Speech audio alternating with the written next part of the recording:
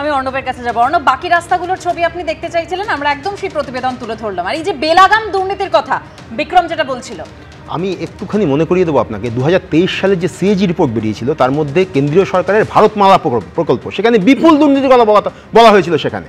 তো সেখানে রোগ তৈরি করার ক্ষেত্রে, সেই রোগ তৈরি করার ক্ষেত্রে সেখানে সেই বিপুল দুর্নীতিগত কথা এসেছে। তো আমি যখন এই কথাটা বলবো তখন আপনি সঙ্গে সঙ্গে বলবেন তাহলে আপনি চলে যাচ্ছেন কেন ওইখানে, অন্য জায়গায় চলে যাচ্ছেন। আমি বলছি যে পশ্চিমবাংলায় এই নতুন সরকার আসার পর নতুন রাস্তা তৈরি হয়েছে সেই পরিমাণটাও প্রায় 36,000 কিলোমিটার। সেই যে বিপুল রাস্তা তৈরি হয়েছে, নতুন রাস্তা তৈরি হয়েছে, এই তৈরি, আরে আপনি রিপোর্টটা খুঁজুন না, আরে আপনি কেন বললেন? আপনি এই মুহূর্তে নেট করুন না, নেটটা খুলুন না, আপনাকে আমি জিজ্ঞেস করছি। আরে আপনি তো বললেন যে এই সঙ্গে সঙ্গে আমি বলছি যে 36,000 কিলোমিটার এক্সটেনশন হয়েছে। হ্যাঁ হয়েছে, নতুন রাস্তা তৈরি হয়েছে সেখানে। কোথা থেকে হয়েছে, কোন রিপোর্টে? আরে রিপোর্টটা বলবেন না, নেটটা খুলুন। একটু আগেই তো আপনি বলছিলেন কেন্দ্রীয় সরকারের এখানে কথা বললাম, এটা আপনি নেটটা খুলে দেখুন, আপনি নেটটা খুলে দেখুন। না 36,000 সত্যি তো নতুন রাস্তা তৈরি হয়ে গেছে, আর খারাপ রাস্তাই ভগ্নাংশ, যেটা বারবার বলছে অর্ণব, বলছেন কুণালদাও বললেন, ভগ্নাংশটুকু হচ্ছে খারাপ রাস্তা। অর্থাৎ দেখুন, একটা বাড়ি কল্পনা করুন, বাড়ির দেওয়ালটা বাইরে থেকে খুব সুন্দর সাজানো হয়েছে, ভেতরে একেবারে বেআব্র অবস্থা।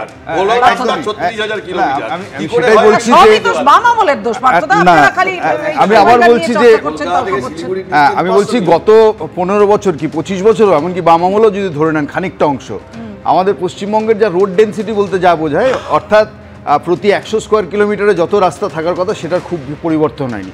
রাস্তার শুধু গুণমানের তফাৎ হয় যে রাস্তার কখনো উপরে কোটিং হচ্ছে, কখনো ভেঙে যাচ্ছে। অর্থাৎ আপনি মোটরেবল রোড বলতে যা বোঝায় সেটাও তো দেখাচ্ছেন আপনারা পরপর। আমি ওই অংশে যেতে চাইছি না, না আমি বলছি এবার হ্যাঁ এটা উচিত। আমি বলছি তা না হলে পরে যেটা হবে যে দেখুন, এই যে আবহাওয়ার পরিবর্তন যেটা হচ্ছে, বৃষ্টিপাতের ফ্রিকোয়েন্সি বাড়বে, ইন্টেন্সিটি বাড়বে, এটা চেন্নাইও হচ্ছে, মুম্বাইও হচ্ছে, দিল্লিতে হচ্ছে, আমাদের শহরে হচ্ছে। এখন একই সাথে ওই আবহাওয়ার খবর এবং তার সাথে রাস্তার হাল, এই দুটো একসাথে শুনতে হলে আমাদের খারাপ লাগবে। ফলে একটা সলিউশন হচ্ছে কলকাতা শহরের ক্ষেত্রে, যেহেতু কনক্রিটের রাস্তা সাধারণভাবে দাম বেশি পড়ে, খরচ বেশি হয়, একটা নতুন ধরনের এলিমেন্ট এখন বেরিয়েছে, থিন হোয়াইট টপিং বলি। অর্থাৎ অতটা পুরু কনক্রিটের রাস্তা না, যে পাতলা কনক্রিটের রাস্তা এবং শর্ট প্যানেল কনক্রিট বলে, সেগুলো ধরে আবহাওয়ার কথা বললেন, এবং সেই আবহাওয়ার জায়গা থেকে বলতেই হচ্ছে পুজোয় কিন্তু এই আবহাওয়াই ভোগাতে চলেছে সাধারণ মানুষকে। কারণ 25শে সেপ্টেম্বর পূর্ব মধ্য বঙ্গোপসাগরে তৈরি হতে পারে নিম্নচাপ, যার জেরে ষষ্ঠী থেকে দশমী পুজোর প্রত্যেকটা দিনই বৃষ্টির পূর্বাভাস দিয়েছে আলিপুর আবহাওয়া দপ্তর। পুজোয় দক্ষিণবঙ্গ জুড়ে চলবে বৃষ্টি। তবে পুজো মণ্ডপগুলো কি ব্যবস্থা নিচ্ছে, পুজো উদ্যোক্তারা কি বলছেন, সেটা অবশ্যই রাখবো। তার আগে দেখব প্রতিবেদন। রবিবার মহালয়া, পিতৃপক্ষের শেষ, সোমবার শুরু দেবীপক্ষ। এবার মা মর্তে আসছেন হাতির পিঠে।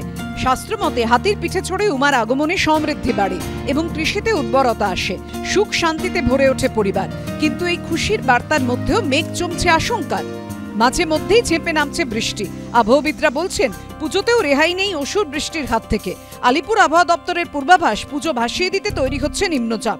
ষষ্ঠী থেকে দশমী প্রত্যেক দিনই হতে পারে বৃষ্টি। বছর ঘুরে আসছে উমা, কদিনই বা থাকবে মেয়েটা? সেই কটা দিন কি বৃষ্টি না হলেই নয়? চিন্তায় উদ্যোক্তারা। উদ্যোক্তা হিসেবে ফার্স্ট অফ অল মনে হয় যে বৃষ্টি হওয়াটা তো কখনোই বাঞ্ছনীয় নয়। আর আরেকটা হচ্ছে আমাদের এই বাঙালিদের যে স্পিরিট, বাঙালি বলবো না, আপামর এই দুর্গাপুজো দেখার যে লোকের স্পিরিট, তো বৃষ্টি অল্প বিস্তর যাই হোক না কেন সেই বাঁধভাঙা আনন্দ, কারণ বছরে একবারই দুর্গাপুজো আসে এবং এই যে খেটে তৈরি করা শিল্পকলা দেখতে লোকে ভিড় জমাবেই। উদ্যোক্তা হিসেবে দেখুন, বৃষ্টি তো কারোর কন্ট্রোলে নেই, বাট একটা জিনিস বলতে পারি যে দর্শক যদি আসে, আমাদের এত কিছু করা শুধু দর্শকের জন্য, আমরা চাই দর্শক আসুক। এবার যদি বৃষ্টি পড়ে প্রচণ্ড, তাহলে তো দর্শকের একটু অসুবিধা হবে। Let's keep our fingers crossed. একটা জিনিস বলতে পারি, আমাদের মণ্ডপটা পুরো ঢাকা, যদি ওনারা দর্শকরা আসেন মণ্ডপের ভেতরে কোনো অসুবিধা হবে না। আলিপুর আবহাওয়া দপ্তরের পূর্বাভাস বলছে মহালয়াতেই শুরু হবে বৃষ্টি। বজ্রবিদ্যুৎ সহ বৃষ্টি হতে পারে ঝাড়গ্রাম, উত্তর 24 পরগনা ও দক্ষিণ 24 পরগনায়।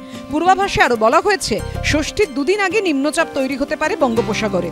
আবহাওয়াবিদরা বলছেন 25 থেকে 26শে সেপ্টেম্বরের মধ্যে বঙ্গোপসাগরে তৈরি হতে পারে নিম্নচাপ, যার প্রভাবে 27শে সেপ্টেম্বর পঞ্চমী থেকে 29শে সেপ্টেম্বর সপ্তমী পর্যন্ত রাজ্যের সব জেলায় হালকা থেকে মাঝারি বৃষ্টির সম্ভাবনা। 30শে সেপ্টেম্বর অষ্টমী থেকে বাড়তে পারে বৃষ্টির পরিমাণ। নবমী ও দশমীতেও হতে পারে ভারী বৃষ্টি। বে অফ বেঙ্গল থেকে অনেকটা ময়েশ্চার ইনকারশন রয়েছে দক্ষিণবঙ্গে, তাই আজকে যেরকম দেখতে পাচ্ছেন যে থান্ডার ক্লাউড তৈরি হচ্ছে এবং বিভিন্ন জায়গায় বজ্রবিদ্যুৎ সহ বৃষ্টিপাত হচ্ছে, এবং এই একই রকম বজ্রবিদ্যুৎ সহ হালকা থেকে মাঝারি বৃষ্টির সম্ভাবনা প্রায় প্রতিটি জেলাতেই আগামী 5 দিন থাকছে। এর সঙ্গে আজকে যেমন ভারী বৃষ্টির সম্ভাবনা রয়েছে দক্ষিণ 24 পরগনা জেলাতে, এবং তার সঙ্গে ডে 3 মানে আজকে হচ্ছে 20 তারিখ, 21, 22 তারিখ, 22 এবং 23 তারিখ ডে 3 এবং ডে 4-এ ভারী থেকে ভারী বৃষ্টিপাতের সম্ভাবনা থাকছে। তবে দক্ষিণবঙ্গে এই পরিস্থিতি হলেও পুজোর বোনাস পাচ্ছে উত্তরবঙ্গ। আবহাওয়া দপ্তর জানিয়েছে উত্তরবঙ্গে পুজোয় ভারী বৃষ্টির সম্ভাবনা নেই, তবে বজ্রবিদ্যুৎ সহ হালকা বৃষ্টির সম্ভাবনা থাকছে। আপনাদের আনন্দ দেওয়ার জন্য, মানুষের কাছে মানুষের পুরস্কার পাওয়ার জন্য আমরা যে খাটি, সে যদি এইভাবে বৃষ্টি হতে থাকে তাহলে সত্যিই খুব মুশকিল। এক হচ্ছে প্যান্ডেল শেষ করা মুশকিল হয়ে দাঁড়াচ্ছে, যদি বা শেষও করে দিই, হয়তো শেষ করেই ফেলবো কাজ সময়ের মধ্যে, কিন্তু মানুষ আসবেন কেমন করে, এটাই একটা বড় যন্ত্রণা, একটা দুঃখের বিষয়। আগামী 2রা অক্টোবর বিজয়া দশমী, মা কৈলাসে ফিরবেন দোলায়, শাস্ত্রমতে যা সাধারণত রোগ দুর্ভোগ বা মহামারীর ইঙ্গিত দেয়। সাগরের নিম্নচাপ হোক বা দোলাগমনের বিপদের আশঙ্কা, সব দুর্গতি থেকে একমাত্র রক্ষা করতে পারেন দুর্গতি নাশিনী দুর্গাই। অরিত্রিক ভট্টাচার্য ও সৌমিত্র রায়ের রিপোর্ট, এবিপি আনন্দ।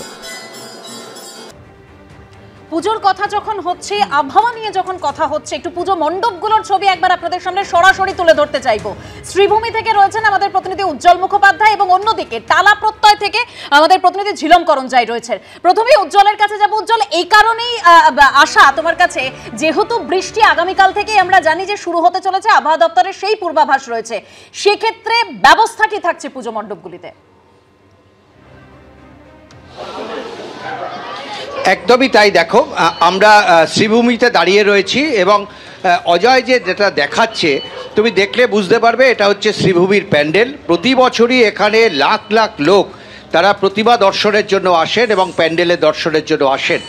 এখানে যে পরিবেশ, আমরা উদ্যোক্তাদের সাথে কথা বলছিলাম যে একমাত্র প্যান্ডেলের ভেতরে ঢুকলে পরে বৃষ্টি যদি হয় তাহলে মাথা বাঁচতে পারে, কিন্তু বাকি যে জায়গাটা রয়েছে তারা যেভাবে প্যান্ডেল করেন, অর্থাৎ ভিআইপি রোড থেকে ঢুকে গোটা রাস্তাটাই সেটা কিন্তু একেবারে ফাঁকা। ফলে এখানে যদি বৃষ্টি হয় তাহলে কিন্তু মাথা বাঁচানোর কোনো সুযোগ নেই। যদি অচমকা বৃষ্টি নামে তাহলে বৃষ্টির মধ্যেই ভিজে ভিজে তাদেরকে কিন্তু আসতে হবে, দর্শকদের আসতে হবে। কারণ যেভাবে তারা প্যান্ডেল তৈরি করেছেন, এবং শ্রীভূমির প্যান্ডেলটা যতটা এরিয়া নিয়ে হয়, যতটা অঞ্চল নিয়ে হয়, এবং তার থেকেও বড় কথা যে রাস্তায় যে পরিমাণ লোক দাঁড়িয়ে থাকেন অন্তত 6টা-7টা লেনে, সেখানে কিন্তু কারুর পক্ষেই মাথা বাঁচিয়ে বা বৃষ্টি এড়িয়ে প্যান্ডেলের ভেতরে ঢোকা কার্যত অসম্ভব। আমরা যখন আজকে এখানে দ্বারোদ্ঘাটনের কর্মসূচিতে এসেছিলাম, মুখ্যমন্ত্রী মমতা বন্দ্যোপাধ্যায় যার নাম দিয়েছেন উৎসব উৎসারিত সূচনা, সেই সময় কিন্তু এখানে বৃষ্টি হচ্ছিল না। কিন্তু মমতা বন্দ্যোপাধ্যায় যখন প্রথম হাতিবাগানে যান সেই সময় কিন্তু মুষলধারে বৃষ্টি হচ্ছিল। আমরা দেখলাম মুখ্যমন্ত্রী নিজে বলছেন যে এই বৃষ্টির মধ্যে দাঁড়িয়ে এই কর্মসূচি করা কিন্তু একটু অসুবিধার, কারণ আপনারাও সবাই ভিজছেন। ফলে একটা দুশ্চিন্তা কিন্তু অবশ্যই উদ্যোক্তাদের আছে। তবে উদ্যোক্তারা যেটা জানিয়েছেন যে প্যান্ডেল তারা তৈরি করেছেন, এখানে প্রচণ্ড বৃষ্টি হলেও এই প্যান্ডেলের কিন্তু কোনো ক্ষতি হবে না।